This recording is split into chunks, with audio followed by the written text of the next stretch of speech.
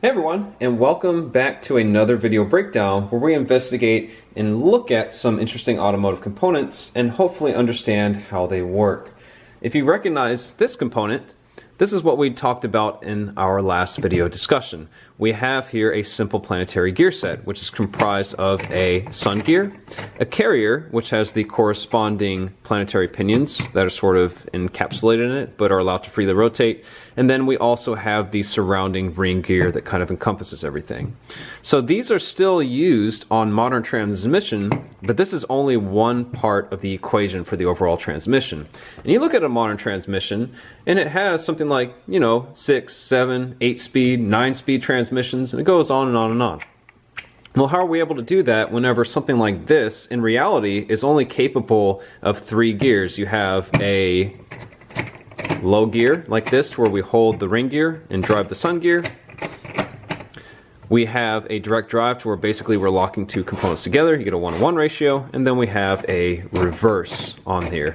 That's what we talked about in the last video. So how can we possibly practically go from something that can only output 2 gears and reverse and then get something like an 8-speed or 9-speed transmission?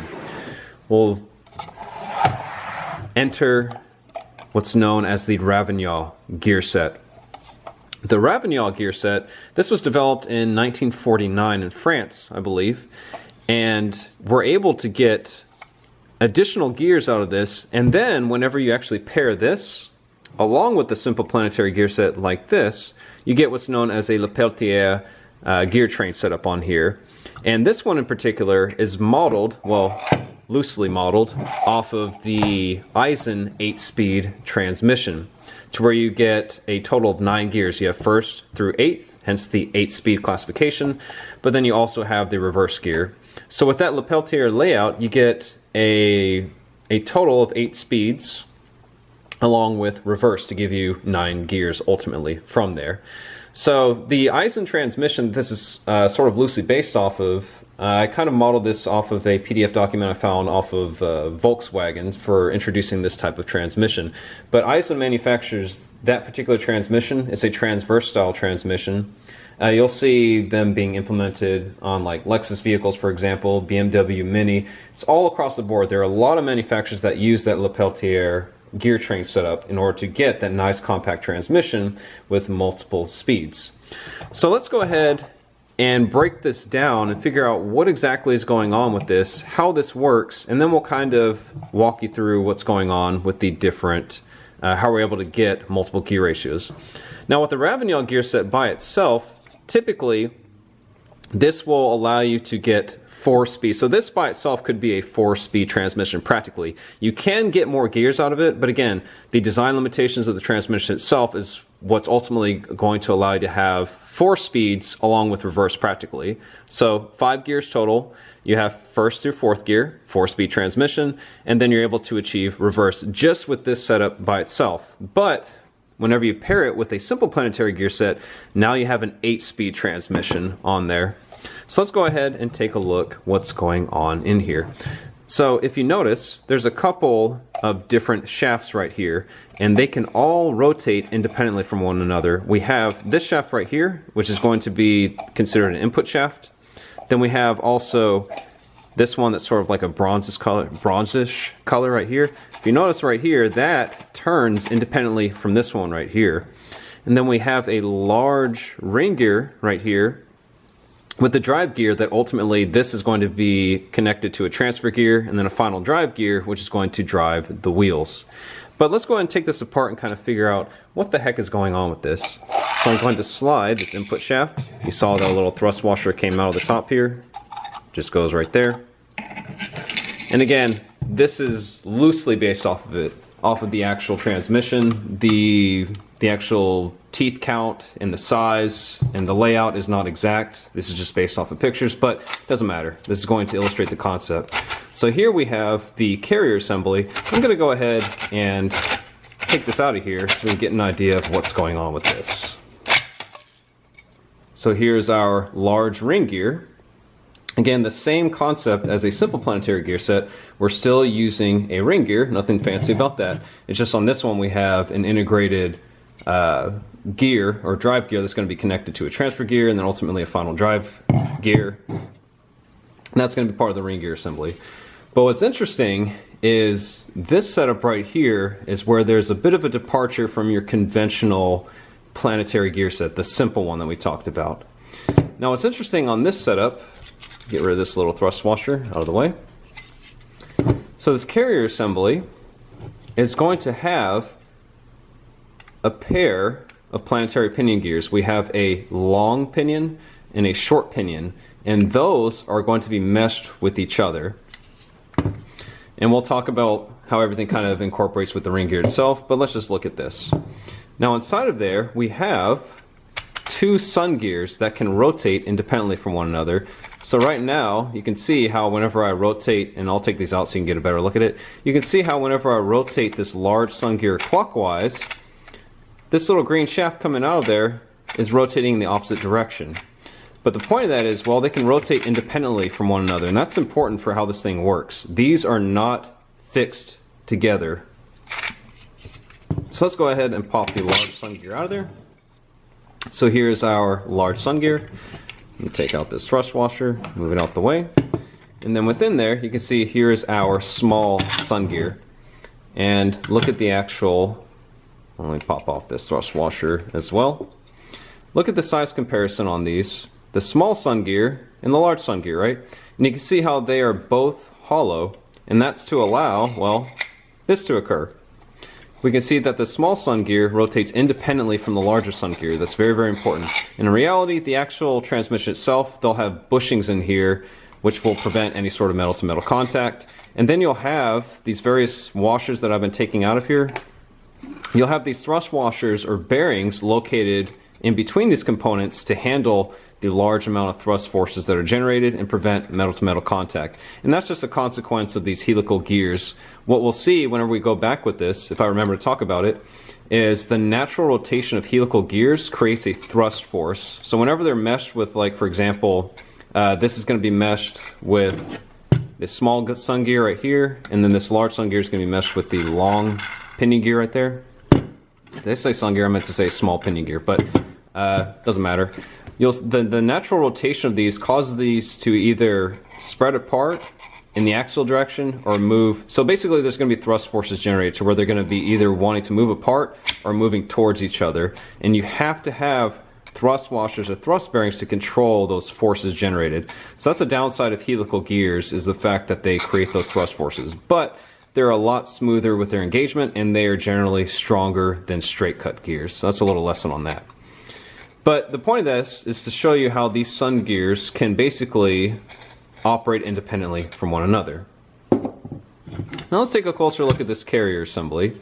So the carrier assembly, well, you can see that it has these sets of pinion gears, much like our simple planetary gear set from earlier. So let me go ahead and pop that carrier out. Here, I'll bring this in frame so you can see this. So I'm going to get rid of this thrust washer. Let's go ahead and take this out. You can actually hear a lot of noise being generated on there, but again, we'll talk about that. That's just the nature of these straight cut gears. So you can see here's our carrier assembly from the simple planetary gear set. Ring gear on there, little thrust washer down there. And well, you can see that on this one, there's just basically, they're all the same size. There's nothing special about this carrier assembly with planetary pinion gears that are allowed to rotate freely on these little pinion shafts, right? But if we go to this Ravigneaux carrier, you can see that there's two sets of them. And if you look closely from the top, you can see how this long pinion gear actually protrudes out slightly more. And that's actually important with how it actually, with what components it meshes with. And you'll see that in a second. And then you can see how that short planetary pinion gear, if you look from the top, it's sitting further in towards the center. And that's because it only meshes with, well, certain gears on there. But you can see how whenever I rotate either the long pinion or the short pinion gear, well, because of the fact that they're meshed together, they both have to rotate. It's just it's basically part of the design on there for how this works. But let's bring this ring gear back into the equation. Now, if you recall, these long pinions protrude out slightly. These short pinions are going to be sitting further in towards the center of the carrier. Now, knowing that, which one of these do you think is going to mesh with the ring gear? Do you think they both will? Only one pair? Both of them? Well, because of the fact that this long pinion gear protrudes out on all these different pairs, whenever we mesh that, we can see that clearly the long pinion, I'm going to try to bring this close on here so you can see it. I'm going to partially install it. You can see how that small sun gear doesn't actually contact the ring gear, but the long pinion gear does contact the ring gear. So once again, the smaller or shorter pinion gear does not contact the ring gear, but the long pinion gear does. That's the only thing that's actually physically making contact with the ring gear on there from the carrier assembly. But you can see as I rotate the carrier, that small pinion gear is forced to rotate, and that's because it's meshed with the long pinion gear. And that's actually important whenever we look at everything installed together. So going back to our sun gears, the small sun gear is only going to mesh with the small pinion gears inside of the carrier assembly. And let's see if we can pick this up on the camera. So I'm going to go ahead and install this in place. And you can see, hopefully, on here that the small sun gear is only meshing with the small pinion gears. It's not actually in contact with the longer pinion gears. So I'm going to go ahead and take that out. The large sun gear, because it has a larger diameter, it's not actually going to be meshed with the smaller pinion gears, the ones in yellow, within the carrier. It's only going to mesh with the longer pinion gears of the carrier. Now you won't really be able to see this, I don't think, on camera, unless I get the light, well, kind of in there. But the large sun gear is only meshing with the long pinion gears on here. But regardless, if I turn the larger sun gear, the longer pinion gears have to rotate, and because it's also meshed with the small sun gear, not small sun gear, the small pinion gears, you may hear me mixing up those terms throughout this video, sorry. So anytime I rotate the large sun gear, because of the fact it's meshed with the long pinion gear of the carrier, that rotates. And because the long pinion gear is meshed with the small pinion gear of the carrier, that also has to rotate as a result. So now, again, we're just kind of taking baby steps right now before we see everything together. This is just to show you how everything kind of meshes together and hooks up. So whenever I put everything together, remember, I'm rotating the sun gear independently from this one, and that's because, again, they're allowed to rotate independently from one another. So now when I have them all meshed together, I can drive the small sun gear. But you can see, because of the fact that, well, whenever I'm driving the small sun gear, we know that it is also going to be driving the small pinion gears. But because the small pinion gears are meshed with the long pinion gears, they also have to rotate, correct? And because the long pinion gears are meshed with the large sun gear, well, guess what also has to rotate? The large sun gear. But the reason why this thing doesn't just grenade and come apart, it's like, well, how can we possibly have, two components rotating or attempting to rotate? Well, remember, these aren't directly connected to one another. So I can do something like drive this small sun gear, while the large sun gear, it is rotating, but that's fine because we're not driving this at all. And then conversely, we can also drive the large sun gear, and the small sun gear rotates independently from it.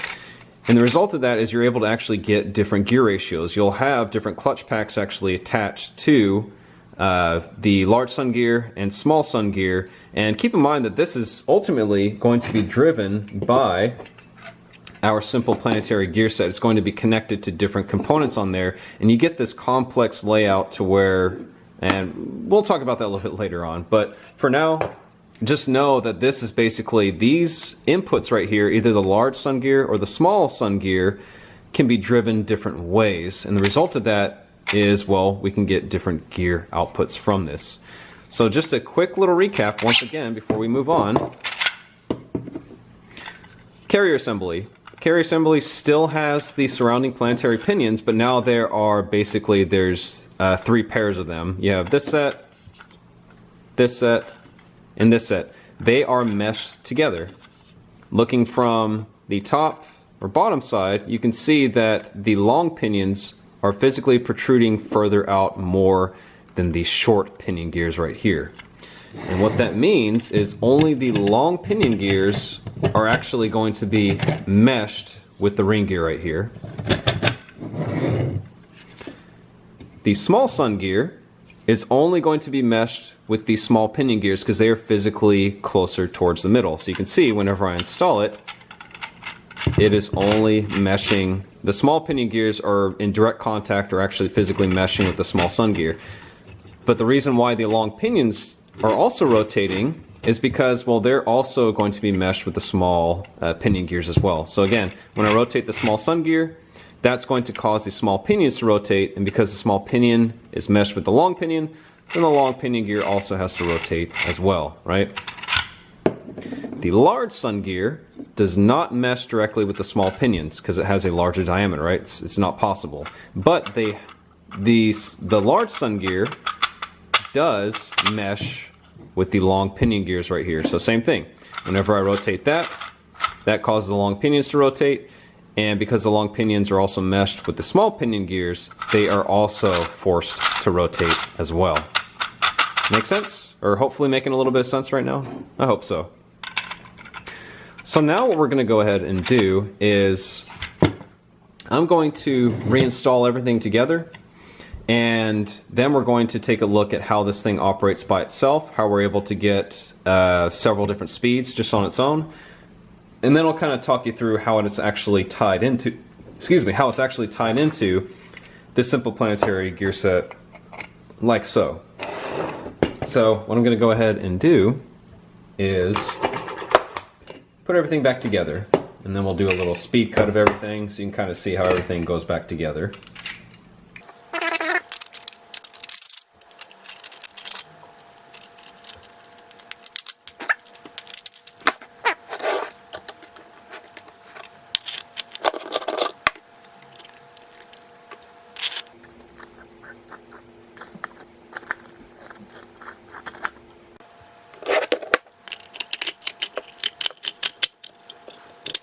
Okay, so I did speed up the video, but I did purposely slow down and kind of show you how everything fits together. And again, this isn't exactly like the design. It has a lot of similarities, but the way that components are, what's the word I'm thinking of?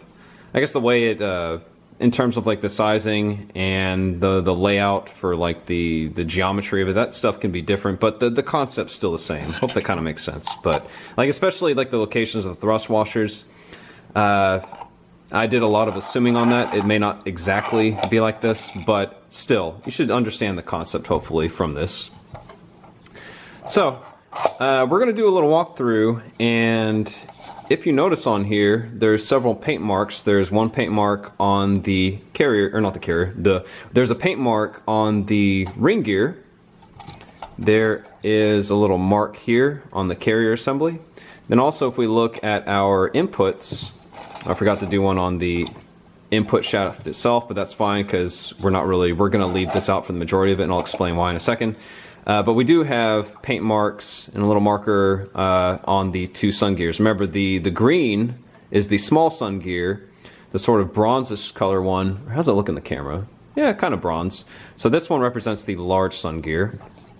So we're going to go ahead and do, just like we did on the simple planetary gear set video from earlier, we're going to keep track of what happens whenever we hold a component and drive a component in terms of the actual gear ratios itself, so we can kind of figure out what's going on. Okay, we're going to go ahead and walk you through the Ravigneaux gear operation whenever we drive a component and hold a component, so you can see how we're able to get different gear ratios. And we're going to go ahead and pop this input shaft out of here. We'll talk about why it's like this, the layout, we'll bring it back later, and then we'll get rid of this little thrust washer for now, put it off to the side, because it's just going to keep popping off and interfere with everything. But for first gear on this, we're just going to be looking at the Ravigneaux gear set by itself for now. So for first gear on this layout for this 8-speed transmission, we're going to, now granted actually No, since we're just talking about this, we'll classify this just as a 4-speed transmission. And it's important to note that depending on the transmission manufacturer that uses Ravigneaux Gearset, they may not exactly be, it may not work exactly how I'm showing you. What I mean by that is they can hold different components and drive different components. It depends entirely on the transmission design, but I'm going to work off of, again, the loosely based 8-speed transmission model to kind of talk about what's going on with this to get 4 speeds. But again, y'all should hopefully understand this process whenever I kind of walk you through it.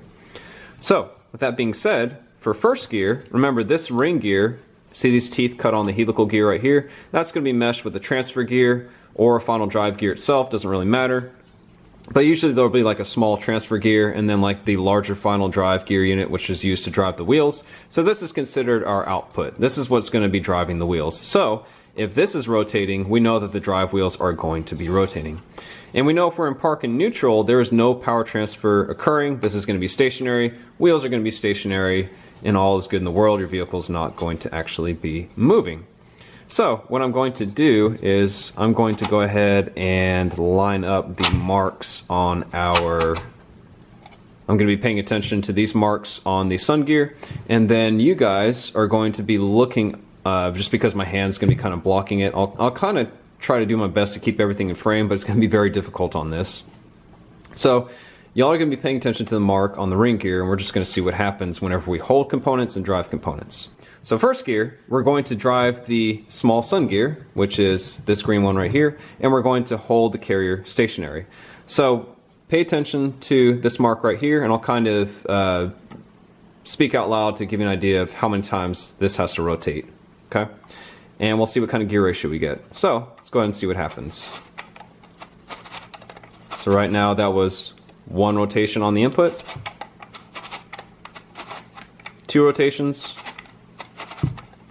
and we're coming up to almost 3. So this is a nearly 3-to-1 ratio for our first gear on this one. And again, the gear ratios aren't exact based off the actual vehicle, but for this one you can see how we have, we'll call it like a 2.8 or 2.9 to 1 gear ratio. We have a, for first gear, our low gear, we have a high number, meaning that, well, the input is going to be spinning or rotating at a faster speed compared to the output, and the result of that is you get a higher torque output but with lower speed. So that represents first gear. For second gear, we are still going to be driving the small sun gear, but now we're actually going to hold the large sun gear. So further up over here, there's another component that can actually physically hold on to the large sun gear and prevent it from rotating. So same thing, I'm going to, so for this it's going to be kind of hard for y'all to see, but basically what I'm doing is I'm holding the large sun gear stationary. There's another component that's going to be, they can either use like a brake band further over here, or they can use a multi-disc clutch using that as a brake to basically, the goal of it is to keep this from rotating, right? Just like we were talking about with the actual hub of the carrier assembly from earlier. So same thing, I'm going to drive our small sun gear while I'm holding the large sun gear, and we'll see what happens with this mark. And again, I'll kind of talk you through how many times it rotates. So that was 1 rotation, and right about there you can see the mark right here on the output is lined up, and we got about, we'll call it a 1.5 to 1 for that. So that will represent second gear. So you can see the output speed has now rotated slightly faster. So we're getting a decrease in torque, but now the vehicle's starting to, the output's starting to speed up. So now we're getting closer to something like a direct drive, which coincidentally, that's going to be our third gear on this setup. So for third gear, now what's going to happen is both the large and the small sun gear are going to be driven together. And what we found out with the simple Planetary gear set is if you want a 1-to-1 ratio, if you lock 2 components together, then the whole thing basically has to rotate as one. And that's exactly what's happening here. The 2 sun gears are basically going to be locked together, and because of the fact that you can no longer rotate them independently from one another, well, the whole thing basically rotates as one. So, case in point, we'll line up with our mark on the ring gear, and we'll rotate this and see how many times it takes to get one rotation. And yeah, I rotated the input one time, and the output has also rotated once. So now we have a true 1-to-1 ratio between the input and the output. So that'd be your direct drive. Third gear in this transmission. Then for fourth gear, well, since we already talked about direct drive, fourth gear is probably going to be our overdrive, and you'll be correct on there. So for that, what we're actually going to do, now we're going to bring our other input shaft. I'll go ahead and put my thrust bearing on here. And also, we know that these little teeth right here, the notches, is going to be basically where our friction material or our clutch discs are going, the teeth on there, that's what's going to actually physically be locking into on there. And you can see there's another pair of those right there. So you're going to have frictions which are only splined to the hub, or the teeth from the frictions are going to be connected to this hub right here. So you're going to have you're going to have a clutch pack set in here as well as on the outside. However, the difference between the one on the outside and the one on the inside is the one on the outside is only responsible for holding the carrier, basically keeping it stationary, right? However, this clutch pack used on the inside, you're going to have, again, frictions that are only splined to this, and then you're going to have steel sort of in a layering effect. And again, you can think of pads and rotors, however you want to remember that. Or you know what? Let me kind of get these both in frame. So we know that the friction material is only going to be splined to these inner teeth right here. And then if you look on our input shaft, let me put this down for a sec. This is going to fall. Cool. You'll notice that there's little notches on these as well. That's where you're going to have your steel plates, which are basically connected only to our input shaft. It can only rotate with this. So if you take a steel and it's only connected to that, and then you put a friction on top of there that's only connected to this, well, they're able to rotate independently from one another until there's a force that basically locks them together. So that's the biggest difference between the clutch pack on the inside versus the outside. The one on the outside, whenever that's applied, that's physically locking the carrier to the transmission case and preventing it from moving. But if we want to activate this clutch pack right here, what that's going to do is that's going to connect this input shaft to this carrier. So now let's go ahead and put this in place. So whenever that happens, our input shaft right here is our new drive component, and there's basically hydraulic pressure that is used to connect the input shaft to the carrier. So now our carrier now becomes the input because, again, they're physically connected together. And then in this case, what we're going to hold is the large sun gear right here. And let me go ahead and get our mark into position. Let's get these lined up first before I rotate. And they're pretty well lined up. So again, you can pretend there's a clutch pack in here that basically is going to connect these together. And I'm going to hold the large sun gear and prevent it from rotating. And again, you can think of this as this is our input. Then I'm basically going to be turning this, which, because this clutch pack is going to connect the carrier and this input together, that means that has to rotate, right? So I'm going to hold that large sun gear right here, keep it from rotating, and now I'm going to drive our actual carrier assembly, and then we'll go from there and see how many times the output rotates compared to the carrier. Oh, and actually, since we're talking about the carrier, let's get the actual marks lined up with that. There we go. So holding the sun gear, and let's see what happens. So starting to drive the carrier, and you can see we've already come back up on our mark on the ring gear, and we get something like, we'll say a 0.65 or 0.75, something like that, to 1 ratio. We have overdriving, which means the output is spinning faster than the input, reduced torque but higher output speed, which is fine because you're already up to speed, engine doesn't have to work as hard, engine RPMs are lower. That's a good thing. So there's our overdrive scenario. And, well, what about, I'm going to go ahead and move our input off to the side. What about reverse? Well, reverse on here, we're actually going to drive our large sun gear, and we're going to hold the carrier. Now, if you remember, during the whole thing, I've been rotating. For example, we'll go back to first gear. I'm driving the small sun gear, and you can see the rotation of our ring gear, like so. It's rotating depending on the perspective. We'll just call it clockwise. I'll hold it this way. That's the way it's rotating, right? It's going to rotate with that. However, look at what happens whenever I drive the large sun gear in that same direction. Again, I'm rotating it like this. You can see that, well, clearly it is now rotating in reverse, and the vehicle is now able to back up. And then we go back to first gear, drive that, and voila, now the vehicle moves forward in that direction and then proceeds to the gears. So this Ravigneaux gear setup by itself is capable of a total of 5 gears. We have first through fourth gear and then reverse. So this would be considered a 4-speed transmission just by itself. And you can see just how compact this thing is right here. And in reality, the actual Ravigneaux gear set is about this size, to be honest with you. And so you can put this in a nice compact transmission, keep the weight down, but still have a highly efficient transmission. Now, whenever you actually, for the Le Peltier gear train layout, to where you basically have the output from this Planetary gear set feeding into this one, you're capable of an 8-speed transmission with a total of 9 gears, first through 8th, and then reverse. So on that one, the input shaft, let's go ahead and bring this guy back into the equation. We know that the input shaft is going to pass through the hollow small sun gear.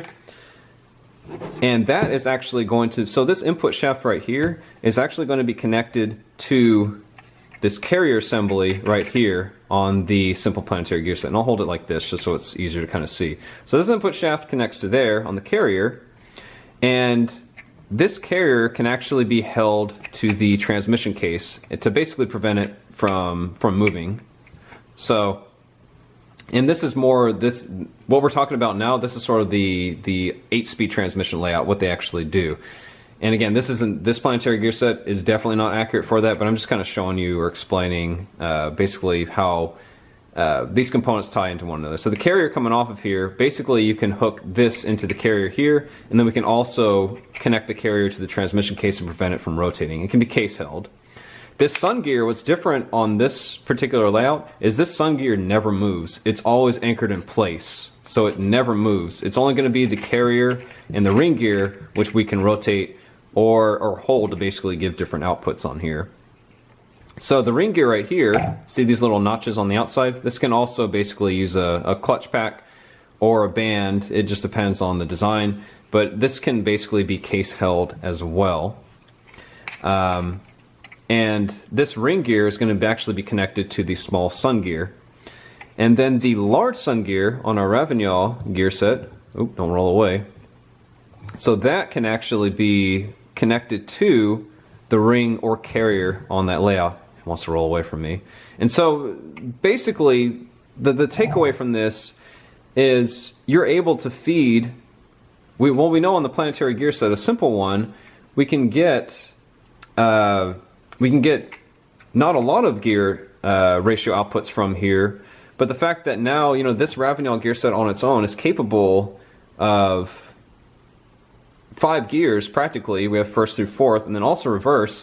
And then keep in mind on here, just driving this, for example, I know I said the sun gear never rotates, but just for simplicity purposes, we know that, well, the output off of here is going to be a low gear and then a direct drive. Well, if we take that and we feed basically 2 different inputs into this, well then you're doubling the gear ratio possibilities on this. I hope that kind of makes a little bit of sense on what I'm talking about, but basically you can think of it like driving the different inputs on here with 1 speed and then driving it with like another speed coming off of here to give us, well, effectively you're doubling the amount of speeds off of this Ravigneaux whenever you pair it with this. And if you take a look at the actual pictures of, if you look up the document, if you type in like 09P Volkswagen transmission, and you find the PDF document and read through it, you can kind of see how it's a bit more, what's the word? Complex, I guess? Or the way it's laid out is kind of, it's a bit more extravagant. This is kind of like a simplified version of what's going on, and to make it obviously, to make it a lot easier for, I had to make it possible to actually 3D print this too, so if I had it kind of like sticking out and all these weird looking hub assemblies, it'd be very difficult to print. And anyway, so one more thing I will talk about is the nature of helical gears.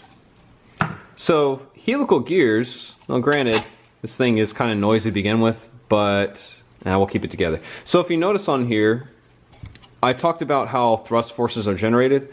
So look at what happens right here whenever I rotate this, the carrier assembly, when I rotate it counterclockwise. And I'm not trying to force it in or move it out. I'm simply just holding the ring gear and I'm rotating it. And it's very subtle, but hopefully you can kind of see what's happening. See how this is starting to slowly move out? Now I'm going to go back and hold it clockwise, or rotate it clockwise. And again, I'm just trying to hold this ring gear stationary, and hopefully you can see what's happening with this one. You can see how basically it's wanting to go in. And that's because helical gears, again, they either want to move apart or come together, and that's because of the thrust forces generated on here, which is why you need to have, again, thrust bearings for controlling that motion on there. And that's just a consequence of helical gears. The benefit of helical gears, again, the way the teeth kind of come together is they mesh very smooth. It's almost like a gliding effect on there. They kind of come in like this and then slide out nicely. And there's multiple teeth in contact. You get smoother operation and quieter, stronger gears, but you have a lot of thrust forces generated. Straight cut gears, like on this one, a lot noisier in operation, not necessarily as strong, but there are no real thrust forces, axial forces generated on this one. So that's a big benefit. If you're pushing any real power, if you do some research on like dog box transmissions, you'll see those are going to be used in performance applications, because the transmission case, you would have to make them incredibly thick to resist those forces, otherwise it would blow apart. So hope you guys enjoyed this video, and yeah, we'll see you for the next one.